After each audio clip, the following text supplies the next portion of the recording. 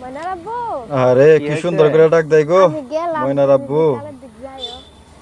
তুমি এখনই যাইবা? হ্যাঁ আমি এখনই যাই, তুমি মনে করছি দুটোর দিক না তিনটের দিক যাই। হ্যাঁ নাই ওর যাইবো নাই ওর বাপের বাড়িতে। পরে যাও। তাইলে আসর ওখানে পরে যে গোসল মোসল কইরা তারপরে যাই। সাবধানে যাও ময়না নিয়ে। আচ্ছা আমি সাবধানে ভাই তুমিও যাও। যাইবা না গেলে দেখো। আচ্ছা যাও। 1 কেজি মিষ্টি নিয়ে যাও। হ্যাঁ আচ্ছা মিষ্টি নেব না, তুমি টাকা দিও। মায়ের বাড়ি যাবা, খালি গাতে গেলে তো হয় না। এটা তো টাকা নিয়ে যাও আর 1 কেজি মিষ্টি নিয়ে যাও সাথে। হ্যাঁ টাকা কই রাখছো? শ্বশুর বাড়ি যাইবে তোমার পকেটে? বউ নিয়ে আবার আচ্ছা যাও। আর কয় টাকা নিতা? যাইবে না শ্বশুর বাড়ি তো 1 কেজি মিষ্টি 250 টাকা দিয়া কিনে নিয়ে যাও বুঝছো। নিয়ে যাও। 400 টাকা টাকা লাগে টাকা দিয়ে তো 100 টাকা দিয়ে ভাড়া দিয়ে। হ্যাঁ আমার তো বা 100 টাকা আবার থিয়া যাইবো।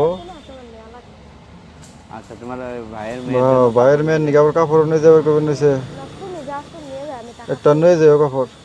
আচ্ছা দেখছো কেমন লক্ষ্মী বউ 100 টাকা থিয়া গেল জামাইয়ের নিকে।